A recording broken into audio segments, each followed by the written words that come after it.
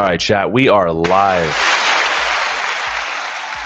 What's up, guys? Thank you for joining today's show. This is The Coin Zone. I'm Crypto with Paul. Let's go ahead and hit the gong and get this day started. It is Wednesday, October 22nd. It's already the middle of the week, hump day. That is insane how the days just fly past.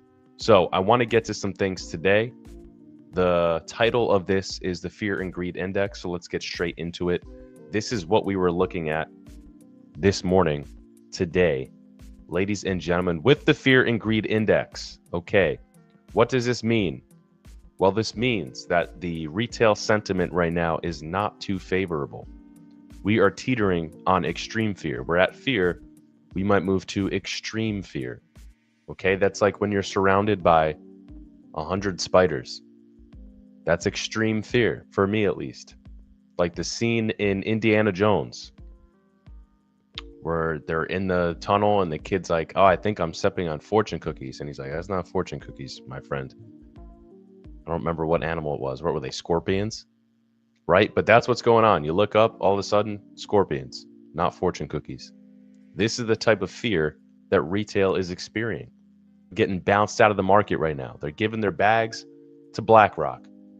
Now, if you're watching with me, I implore you not to do that. I implore you to follow us, subscribe to us here at the Coin Zone, and stick with us and follow us every step of the way, every single day, so you're up to date and you know what's happening. So you don't get scared. You have the diamond hands. All right? So believe in your projects, guys. Have your diamond hands. Now let's keep it moving. Okay? This is a little bad. We're covering some theory topics. This isn't fear, PORN. I'm not trying to scare anybody, right? It's just we're being honest. We're looking at what's going on in the economy and the markets because these things dictate what happens in our markets here in the crypto space. The average amount of negative equity on cars rising, all right? Already more than it was in 2024. Things seem to be going in the wrong direction in some categories so far this year. Now, will they be corrected with the big, beautiful bill and Trump's big plan? Maybe. I have faith. The plans that he has and he wants to implement, it's not going to make changes overnight, guys. So you have to give it a little time. We will see, though. Consumers who are underwater on their car loans owe $6,905, more than their cars are worth, the highest amount ever recorded. In Q3 2025, 28% of buyers owed more than their cars were worth. This is an affordability crisis. Absolutely. And I do want to also get to another affordability crisis, which is more affects people more like us. Okay? So I can't put the whole image on the screen here, but here it is. The median home buyer was 33 years old in 1985. Today, it's 56, guys. Okay. Let's just read this. This is from Intel's on Instagram. Now, I just want to talk about all these things because, we're talking about cars getting unaffordable. Houses becoming unaffordable, right? I'm a young guy. I'm 29. I'm assuming a lot of us that watch this are maybe relatively the same age, a little younger, or maybe older into their 40s. But I'm sure a lot of us are experiencing the same issues in the world right now and in the States right now, possibly in your country, wherever you're watching from. It's hard for our generation, for millennials and younger, to buy assets. And if we know anything, assets is how you separate yourself and build wealth over time. So that's why we talk about Bitcoin. That's why we talk about cryptocurrency. Bitcoin is an asset that you don't need $100,000 loan to put down to buy it like you do with houses, right? Let's look at this. The typical age of a first-time home buyer in the US has skyrocketed from 33 in 1985 to 56 in 2025, reflecting the deepening housing affordability crisis. Rising home prices, higher interest rates, and stagnant wages have locked younger generations out of ownership. Yes. Experts say the shift marks one of the most dramatic generational changes in U.S. real estate history. Many millennials and Gen Z adults are delaying buying homes due to student loan debt and limited savings. Yes. As we all know that, though, guys, hopefully, What is a new form of savings? Right? Us here in the crypto landscape, what do we think is a new form of saving? Times on the clock. 5 seconds. Bingo, that's right. Ladies and gens. Ladies and Gen Zs. What was I discussing there? Well, we are discussing Bitcoin. Okay, Bitcoin is a better savings tool than your bank account, even with a 5% APY. Okay, that's how I save my money. I encourage people to explore and do the same thing. If it's not Bitcoin for you and it's something else in the crypto landscape, good. That's great. The point is just looking at what's going on outside of the dollar. Okay, this is the 10-year Treasury. Closed yesterday at its lowest level in more than 12 months. Okay, let's keep it going. Another leading indicator suggests higher U.S. unemployment ahead. Small business job openings fell in September to the lowest since the 2020 crisis. That's not good, guys. We have a lot of non-bullish news, a lot of non-bullish charts, metrics, and data that are coming out about the economy, about the stock market. However, I think most of it's noise. Most of it is noise. Most of it, I think, is the media trying to make the sitting president look incompetent, when in reality, there's a bunch of wins and dubs that we have been getting that will add up. And I believe in 2026, we'll turn things around. That's my 2 cents. All right. Anthony Pompliano basically just put out a tweet and basically said this. You know, he's putting out a video just showing how incompetent and how wrong the media has been and quote unquote experts have been about the economy, and that we're actually heading in a great direction. The stock market's been at all-time highs. So I don't know what people are complaining about. It's a weird thing, guys. You know, that's why you have to do research and dig in and continue to look at all angles and sides. Now, why don't we just jump over here for a little bit, see what's going on in the markets today. So we went live yesterday, basically all day, covering the Fed conference. In the beginning of the day, Bitcoin was at 108. And then a couple hours later, it shot up, it spiked up, it was doing well. Look, and it got up to 114, right? Now we're back down. So what is happening here? Okay, when Bitcoin had the largest liquidation event, right? The whole entire space saw it recently. It dropped down to as much as 103, right? And now we're back up at 108. Down 4%. ETH down 5%. Back down under 4,000. XRP down 5%. Solana down 6%. ADA down 6%. What's going on, guys? Everything is in the red today almost. Not a good look. Zcash down 11%. Now, why is this interesting? Thought I was sharing this. Whoops. But why is this interesting, guys? Well, the whole month of September, everybody was just riding on the coattails that, oh, October is going to be this great month. We're finally going to start to see gains. Everyone chill out.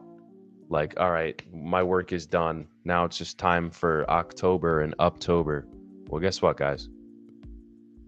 That didn't happen.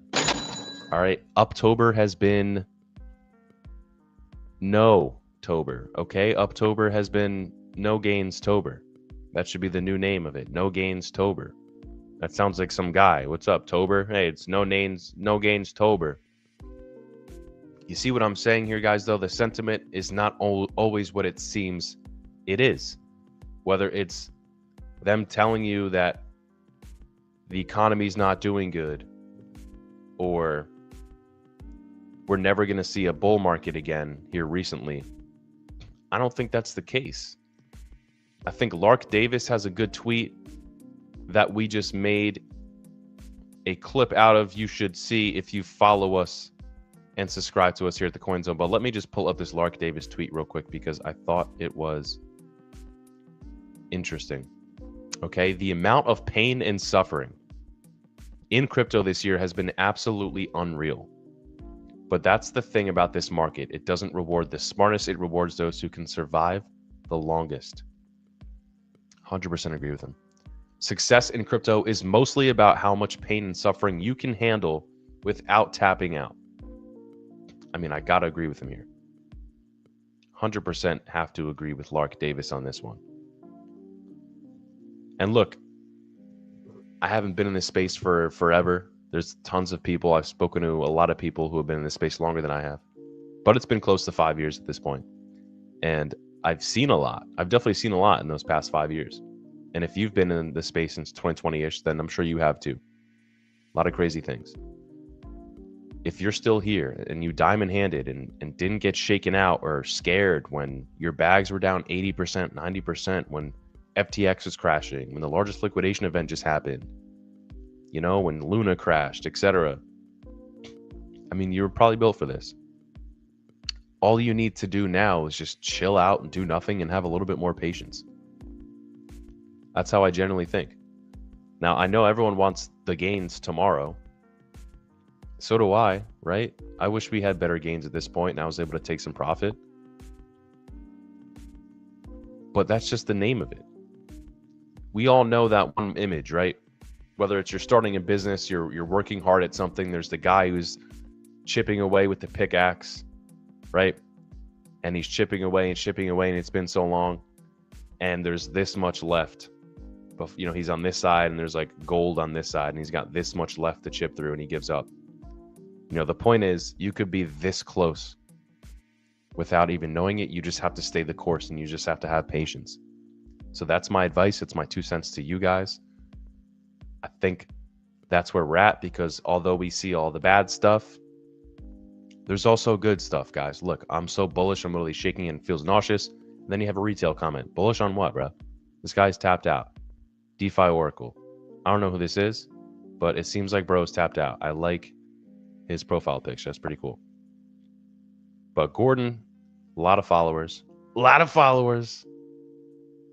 But that's the sentiment we have on both sides. And I see other content creators who are very bullish and are like, yeah, things look great to me.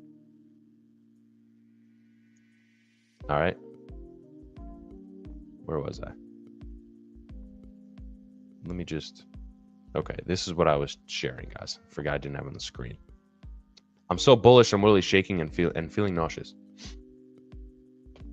It's hard to be bullish when you look at everything and it doesn't look good, and alts are down and things like that, and Bitcoin's down. But I promise you guys, now is not the time to feel sluggish, tapped out, scared, right? The fear and greed index is basically teetering extreme fear. But don't let that impact your decisions. All right, we got a lot more to go here. In the rest of the year, in 2025, we're going to get ETF approvals. We're going to have more market legislation. We're going to have more market clarity. Cynthia Lummis just tweeted that today, right? The Clarity Act could be coming soon. We already have the Genius Act. We already have made great progress this year. That's going to lay down the groundwork for what we can see next year and the coming years. Under this administration, I think we're going to see great things. We're going to see a Bitcoin strategic reserve continue to fold and mold and form, as the couple next years roll on. We're going to see an altcoin reserve, right? A digital asset reserve. We're going to see a lot of good things, guys. So don't get shaken out. Remember why you're here and understand that nobody ever made $1 million overnight, and it was never easy. You know, some people, sure, yes, get very lucky when it comes to meme coins, etc. But at the end of the day, your best bet at making money over time is just buying and holding. Yes, you can trade. Yes, you can buy meme coins, etc. I'm not saying not to do any of that. I'm just saying be really cautious, because if you don't have a lot of money to put into cryptocurrency, then you need to be really strategic in how you go about it, because you don't want to lose all of it or 50% of it on basically a gamble. And again, yes, you can make money on gambles. Yes, there are millionaires in crypto from getting very lucky, but it's not commonplace. And for every one example of the successful person that made $1 million off a meme coin, there's 1,000 who didn't. Everything's a numbers game, guys. That is just what we're looking at today. The fear and greed index is high, but I'm just telling you guys to chillax, take a chill pill, and stay the course. And if you haven't subscribed to us here on YouTube, that's crazy. Go ahead and do that for me. Always appreciate you guys for tapping in. Once again, this is the Coin Zone. I'm Crypto with Paul. We'll be back later, and we'll be back tomorrow. So stick around, stay with us. It's already Wednesday, October 22nd. We have a week left of October. Let's see if the month will finish out green. We still have hope. All right, so don't poop your pants. Stay the course. Sub to us in the meantime. I'll see you guys again soon.